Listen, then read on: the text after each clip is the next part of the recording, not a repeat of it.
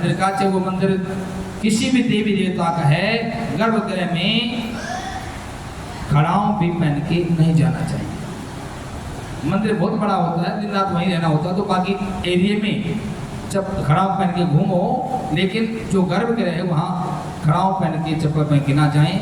और माताएं, बहनें, बेटियां जो हैं, जो 10 साल की बेटी हो गई है, चाहे वो 10 की है या 30 की है, कंवारी है या ब्याही है, वो कन्या नहीं रहती है। 9 साल तक ही कन्या होती है। 9 साल के बाद 10 साल 3 महीने और 7 दिन, कुछ ऐसा है, इतने दिनों में लड़की रजस्वला में भी हो सकती है। इसलिए उसको सिर पे पल्लू रख के ही आना चाहिए। नंगे सिर पूजा करने से अपराध हो जाता है। और हमारी बहुत सी बहनें कथावाचक बन गए नंगे सिर। मैंने आज तक टेलीविजन पे या यूट्यूब पे कोई लड़की कथा करने वाली सिर पे पल्लू करके नहीं देखी है। सब उगाड़े से बैठी रहती है और आप लोगों को शिक्षा देते हैं।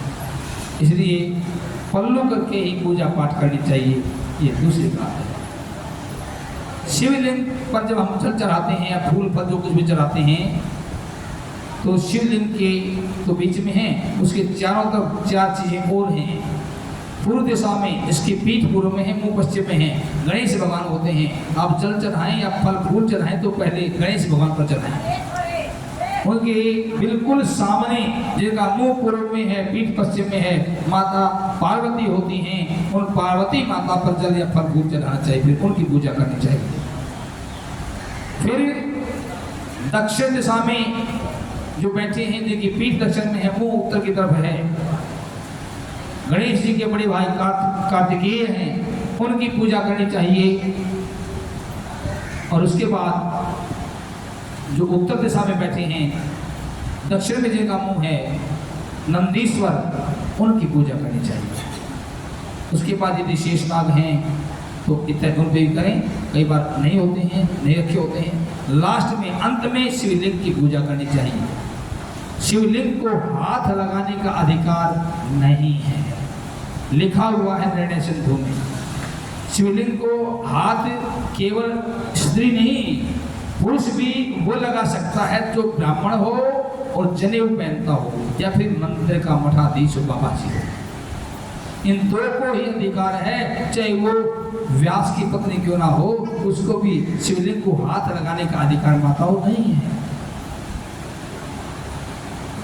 ये जो 2 जिनको अधिकार है, ये भी जब लहराते दुलाते हैं, कई बार पानी चढ़ाने से काई आदि लग के चिकनापन हो जाता है।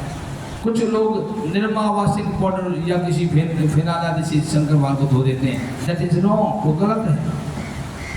खांड होती पूरा होती है, आप रुद्राभिषेक करते हैं तो मलापहारी का मल को दूर करने के लिए ये उनका साबुन का काम करती है, उसे चिकनापन दूर हो जाता है। खांड से बनाना चाहिए और अंगूठे से नहीं रगड़ना चाहिए। सागराम को या शिवलिंग को ना तो हाथ लगाने का अधिकार है, और जिसको अधिकार है वो भी अंगूठे से ना मले, ना रगड़े, हथेली से रगड़े, उंगलियों से रगड़े।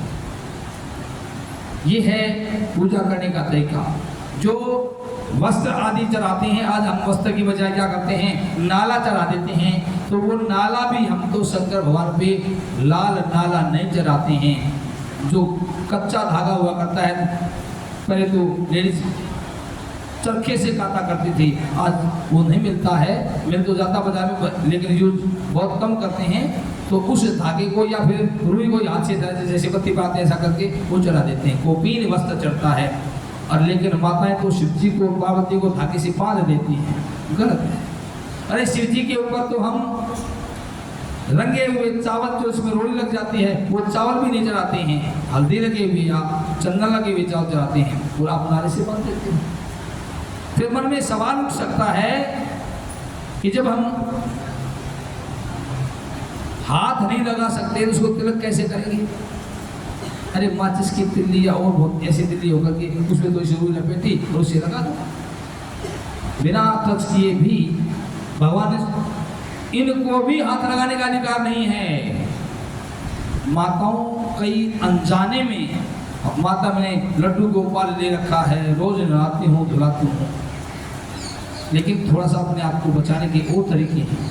ऐसे हम भी, जैसे मैं आज वहाँ नहीं हूँ, घर में हमारे भी सासाराम जी हैं, उनको या तो लड़का नहलाएगा या लड़कियाँ भी हैं, तो मैंने तरीका बना रखा है, उनको कपड़े से पकड़ लो, डायरेक्ट हाथ ना लगाओ, जूठा हाथ और आप लोटा पकड़ेंगे तो क्या करेंगे, पल्ले से, तो उनको हाथ में दस्ताने पहन रखे हों, कपड़ा रवा ले रखा, उससे उठा के बैठा दो, छींटा दे दो, रगड़ो मत, पानी वैसे डाल दिया चम्मच से, छींटा दे दिया, कम चल गया।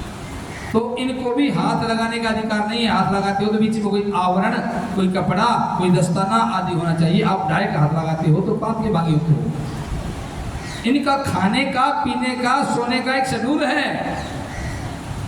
कुछ भी खिला दे, केक लाए भगवान को भोग लगा दो, खाना को खिलाओ, तो मतलब हुआ हम जो खाएंगे सब खिलाएं। यदि हम दारू पिएंगे तो क्या सो दारू पिलाएंगे? इनका क्या खाना है, क्या भोजन है, वही भोग लगाना चाहिए, टाइम पे भोग लगाना चाहिए। बहुत सी माताएं मैंने देखी हैं, जिस कमरे में जाएंगे उसी में लड्डू गोपाल को साथ में, खाना को साथ में। बहुत गलत है ये। उसकी ढोलकी बना रखी है। उनका एक घर में निश्चित स्थान है, वहीं रहना चाहिए। वहाँ से नहीं उठा, वहीं सुलाना, वहीं खिलाना होना चाहिए। उसका नियम टाइम है खाने पीने का, वही चीज़ खिलानी चाहिए जो उनके लिए शुद्ध हैं। कई फूल ऐसे हैं जो सब देवता में नहीं चढ़ते, कई चीज़ ऐसी ये इस पर जरूर चलेगी, ये इस पर नहीं चलेगा। पूजा करते हैं, विष्णु भगवान की पूजा का टाइम आएगा तो चावल नहीं चढ़ाएंगे, वहाँ पे चावल नहीं चढ़ता उसके ऊपर। तो बिना जाने में, अनजाने में हम सब कुछ साथ बस में जाए, दो साथ रेले में जाए, दो साथ, ऐसा नहीं होना चाहिए। ये जगह ठीक है, भागवत कथा हो रही है, यहाँ लाना ठीक है। पहले दिन मैंने देखा, बोलना भी चाहता था, फुर्सत नहीं मिली, क्या कहूँ, ये नाराज तो है कि मैं खुद अपने आप से नाराज हूँ। माताएं इसको उठा करके परिक्रमा कर रही हैं। अरे परिक्रमा जिसकी परिक्रमा को करनी चाहिए उसको साथ में ले रहे हो। इनको यहाँ रखो, जब परिक्रमा को इसकी खुद की परिक्रमा हो जाएगी। वो बोला हमारी परिक्रमा करेंगे क्या? उनको सिर पे लेकर के कान नागो लड्डू गोपाल को अविनाश पीठ की परिक्रमा कर रहे हैं, ये गलत है। माता ये छोटी छोटी बातें हैं, समय नहीं मिल पा रहा था, आज सोचा आज बताऊंगा, और भी बताऊंगा, कुछ कल भी बताऊंगा, फिर सारी बताऊंगा तो आज की कथा रह जाएगी। इसलिए इन नियमों का पालन करना चाहिए।